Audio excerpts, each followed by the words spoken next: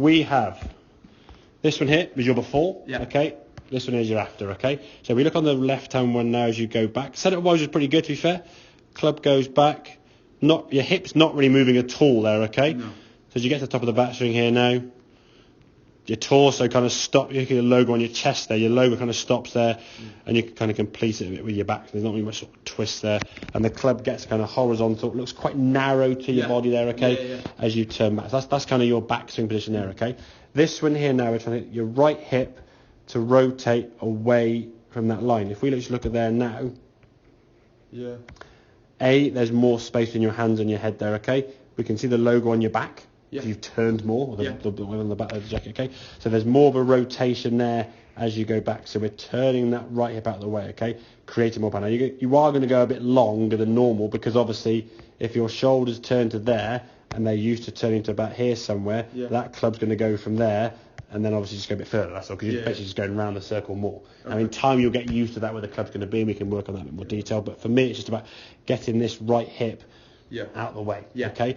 From there going forward, what we'll look at is the movement now with this hip going this way and then unwinding. At the moment, that unwinding is not really going to happen. And again, the movement with the arrow to the target, you could see when we first did that, your brain was like, okay, I need to try and, how do I do, okay, what's that feeling? It took you 2 seconds. Not a lot of time, 2 seconds.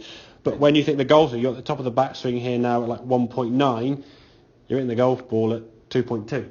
That's a third of a second. So 2 seconds is a long time in the terms of a golfing sort of time frame, okay? Now, as I said, because you had more speed that was being created, okay, some of your shots you're still going to finish back here. That's kind of your natural, which at the moment is fine. Also, when you're on your back foot, you'll get a few of the pulley, hooky ones, which we did see a few of those shots there going off to the left there, okay?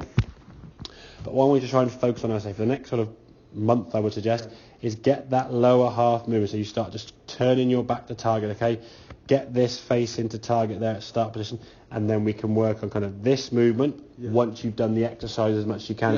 Just get that exercise there. Again, you can do it in the kitchen when the kettle's on. Just find time during the day where you stand there. You don't always leave the club on your left foot there. The club only goes there to stop your foot kind of just pivoting out. But once you do it a few times, you'll realise, okay, he stays there. And we'll just do this now. And in some ways, it's an exercise move. This lead foot. Yeah, the lead foot just pretty much stays there, and you just rotate around a fixed point. But even there now, you're better there now doing that. Yeah. I'm probably thinking a little bit more looser in that move. Yeah, exactly, yeah. Okay? So the more, again, if you can improve that much, I mean, you probably improved, again, it's tough to be exact numbers, 10, 15 degrees more in about 20 minutes. No, less than that. You wouldn't do it the whole time, okay? So more you get used to, and I think a lot of it's physical range of motion for one, and brain capacity to think, okay, right, what's this feel like? Because to a lot of guys, that doesn't feel natural. It's all very well saying to say, okay, right, just turn your hips. Well, if you know how your hips turn, and they can turn, fine. But it's like saying to someone, just speak Chinese. Well, if you can speak Chinese, happy days. But if you can't, what do I do? It's going to be a complete panic and like, well, okay, I can't do that, so I'll just speak nothing and just be like, there'll be no shot. Okay? So getting the body moving better, this is kind of the, I hate to use the word homework, but this is kind of the movement to try and get better at if we can with the twist of the body. Once you've got that twist better, when you get to the top of your backswing now, we can incorporate that into it, and the hips then can start going this way, moving over towards your left foot. What you're doing at the moment now, you can see your left hip gets to about there and then starts pushing back and away. So when you finish, most of your weight's back on this foot. And in time when you try to move this foot, again, it wouldn't just disappear like that. When you try to move that foot, because you see the guys you're playing golf with doing this, you just fall over. Because you don't independently move that foot.